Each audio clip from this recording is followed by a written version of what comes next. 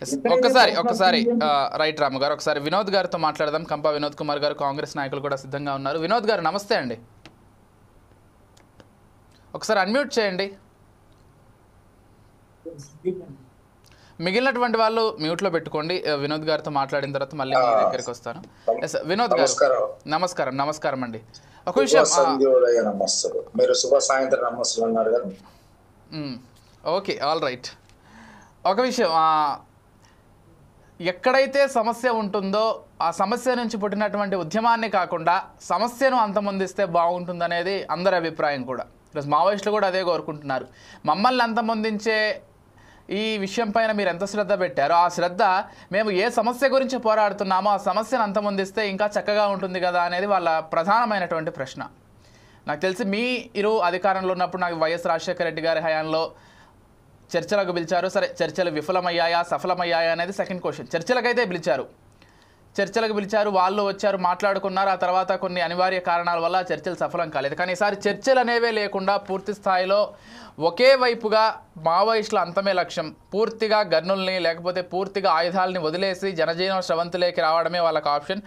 అది కాని పక్షంలో మరణమే శరణ్యం అంటూ ఈరోజు కేంద్ర ప్రభుత్వం ఈ విధంగా ముందుకు వెళ్తోంది.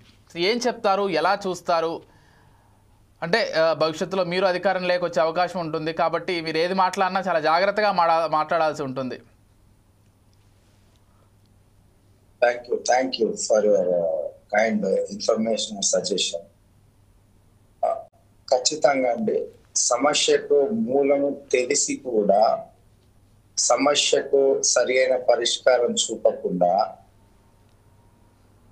ఒంటెత్తు పొగడతో ఇవాళ మనుషులను నిర్మూలిస్తే సమస్య పరిష్కారం అవుతుంది అనుకున్నటువంటి ఈ యొక్క బెహకు పనికి ఖచ్చితంగా కేంద్రం మూల్యం చెల్లించుకోబోతున్నది. రానున్న రోజుల్లో ప్రజలు ఇవాళ కేంద్రం అనుసరిస్తున్న వైఖరిని నిస్సందేహంగా నిక్కచ్చిగా ఖండించబోతారు. ఎందుకంటే సమస్యకి పరిష్కారం అంటే పుండు ఒక చోట ఉంటే మందు ఒక చోట పెడితే, గాయం ఒక చోట ఉంటే వైద్యం ఒక చోట పెడితే గాయం ఎందుకు మానుతుంది, ఎలా మానుతుంది అనేది అందరికీ తెలిసిన విషయం. ఖచ్చితంగా గతంలో కూడా ఇదే ఒక వైఖరిని అవలంబించి కూడా విఫలమైన సందర్భాలు కూడా ప్రభుత్వాలకు కూడా ఉన్నదని ఈ సందర్భంగా ఘంటాబద్ధంగా చెప్తా ఉన్నారు. గతంలో మన తెలంగాణలో కూడా నల్లమల అడవు కేంద్రంగా మావోయిస్టులు వారి యొక్క కార్యకలాపాలను నిర్వహించినటువంటి విషయం అందరికీ తెలిసిన విషయం. మరి నాడు నల్లమల అడవులనే కేంద్రంగా తీసుకొని మరి వారిని జల్లెడ పడితే మావోయిజం నశించిందా అని కేంద్ర ప్రభుత్వాన్ని ప్రశ్నిస్తాము. మనకు వీరెవరు మన వాళ్ళు కాదా? మన భారతీయులు కారా వాళ్ళు? మనలో ఒకరు కారా వాళ్ళు? ఇంకో విషయం ఏంటంటే వినోద్ గారు, మన భారతీయులు మన భారతదేశంలో ఉన్నటువంటి సమస్య పైన పోరాడేటువంటి వాళ్ళు.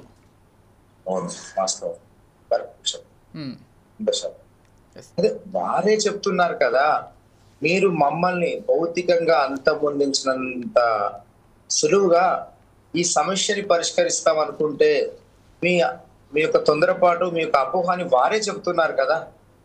అంటే వారు కూడా సంసిద్ధంగా ఉన్నారు కదా. సమస్యకు మూలం ఎక్కడ ఉందో అక్కడ పరిష్కారం ఉంటుంది, మీరు ఆ పరిష్కార దిశగా అడుగులు వేయండి. మేము కూడా మాకేం సోకు కాదు, ఈ తుపాకులు పట్టుకొని మా తల్లిదండ్రులు వదులుకొని, మా భార్య పిల్లలు వదులుకొని, మా తోబుట్టును వదులుకొని ఇలా అడవిబాట పట్టి మేము సాధించేది ఏం లేదు, మేమే సుఖపడట్లేదు. ఇవాళ ప్రజలకు అవసరమైనటువంటి కనీస వసతులను కల్పించండి, మీరు సమస్యకు పరిష్కారం చూపండి, మేము కూడా ఆయుధాలను విడిచి జనజీవన స్రవంతిలోకి మేమే వస్తామని వారు చెబుతున్నారు కదా. ఎందుకు మన తోబుట్టులతో మనము కూర్చొని మాట్లాడి సమస్యకు పరిష్కారం చూపి వారిని మనం ఎందుకు కలుపుకోకూడదు? మరి మొన్న పాకిస్తాన్ తో యుద్ధం ప్రకటించిన సమయంలో సింధూర్ పేరుతో ఇక మనం వెనక్కడికి వేసేదే లేదు, సావో రేవో అని ప్రగల్భాలు పలికి ఆఖరికి ఎందుకు తోక ముడిచారు అనవలసి వస్తుంది. అంటే దేశానికి కోసం దేశ పౌరుడిగా సింధూర్ని మనం ఖచ్చితంగా మనం ఆమోదించాలి, సమర్థిస్తాం. అది చాలా గొప్ప విషయం. కానీ ఇక్కడ మన బిడ్డల్ని చంపుతా ఉంటే చూడండి, తొందరగా ఒక మాట అనాల్సి వచ్చింది. అంటే ఈ స్పందన ప్రతి ఒక్క భారతీయులో రాదు అని మీరు ఎందుకు అనుకుంటా ఉన్నారు? ఖచ్చితంగా అంటే వారు మన బంధువు అయితేనే మనకు ఉంటదా ప్రేమ? మరి వారెవరో నాడు 23 మందిని మొన్న కాశ్మీర్ ఉగ్రవాదులు నాడు మతం పేరుతో వారిని తుదముట్టిస్తే మనందరం బాధపడ్డాం కదా. మరి చనిపోయిన 23 మందికి మన భారతీయులందరితో రక్త సంబంధం ఉన్నదా? మరి అయినా స్పందించాం కదా. అంటే మనలో మనం అనే ఒకటి ఉంది కదా. మనం అనే బంధం చాలా గొప్పది కదా. మన భారతీయులం అనే బంధం రక్త సంబంధం కన్నా అది చాలా గొప్పది. ఇవాళ మిలిటరీలో యోధుడు మరి మనమందరం రక్త సంబంధికులని మన కోసం ప్రాణులు పోరాడుతున్నాడా? మరి నాడు మొన్న మురళీ నాయక్కి మనం అందరం రక్త సంబంధికులమా? ఇవాళ మురళీ నాయక్ ఒక గిరిజనుడే కదా. ఇవాళ గిరిజనుడు మన భారతదేశం కోసం తన ప్రాణాలు వదిలేశాడు కదా. మరి ఇవాళ ఇదే గిరిజనులను ఈ కేంద్ర ప్రభుత్వము మన వాళ్ళని, మన బిడ్డలనే దాన్ని మరిచి ఇవాళ ఊచకోత ఊస్తా ఉంటే ఇవాళ గిరిజన రక్తం మరి మరగదా? అంటే గిరిజనుల మీద సవతి తల్లి ప్రేమ ఈ కేంద్ర ప్రభుత్వం చూపించడం లేదా? వాళ్ళ అడవి అనేది గిరిజనుల సంపద. అడవితో మమేకం వేసుకున్నటువంటి జీవితాలు తిరిగి మైదాన ప్రాంతంతో రావాలంటే చాలా కష్టం. అక్కడ అడవి హక్కులను కాలరాస్తూ ఇవాళ మైదాన ప్రాంతాల్లో కూడా దళితులు, గిరిజనులు, బహుజనులు ఎంత వివక్షకు గురవుతున్నారండి. నేటికి కూడా నగరాల్లో జీవిస్తున్నటువంటి గిరిజనులకు, దళితులకు కనీసం ఒక 50 గజాల స్థలం కూడా లేదండి. ఇవాళ కొనుక్కోలేకపోతున్నారు. 50-60 సంవత్సరాలు కూడా నగరాల్లో జీవిస్తున్నటువంటి, ఉద్యోగాలు చేస్తున్నటువంటి వారు కూడా ఇవాళ సొంత ఇల్లు నిర్మించుకునేటువంటి దుస్థితిలో ఉన్నారు తెలుసా. ఇవన్నీ ఎందుకు ఈ ప్రభుత్వానికి కనబడదు? వారు అడుగుతున్నది అదే కదా.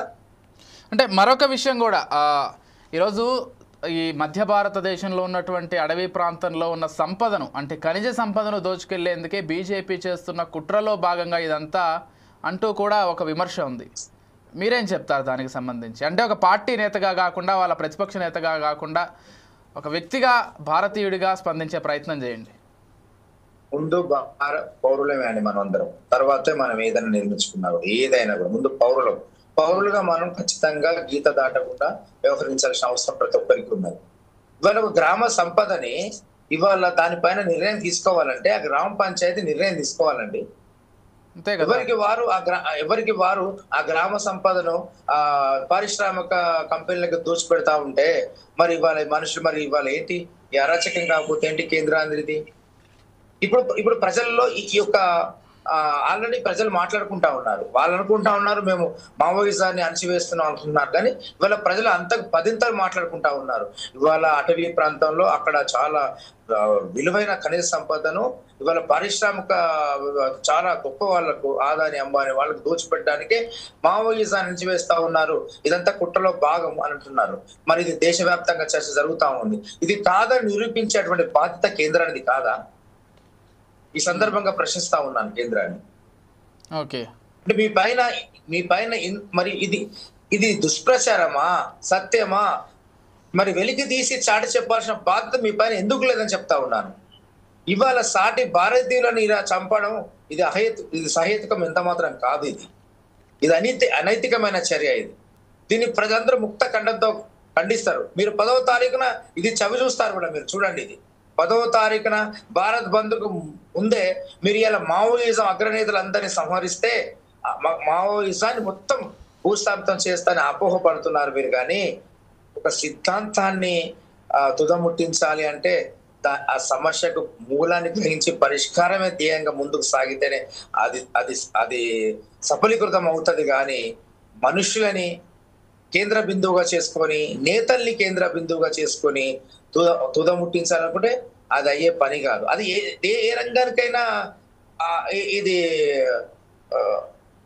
ఏమంటారండి, ఏ రంగానికైనా ఇది అవలంబించబడుతుంది. ఎందుకంటే మొన్నటికి మొన్న అండి తెలుగుదేశం పార్టీని ఉదాహరణగా తీసుకుంటే ఆంధ్రప్రదేశ్ లో తెలుగుదేశం పార్టీనే ఉండదు, జగన్ గారు మొత్తం ఆనాడు 2200 సీట్లు గెలిచారు. 175 లో జస్ట్ 23 స్థానాలే తెలుగుదేశంకి వచ్చాయి కదా, మొత్తం తెలుగుదేశం అయిపోయింది అన్నారు.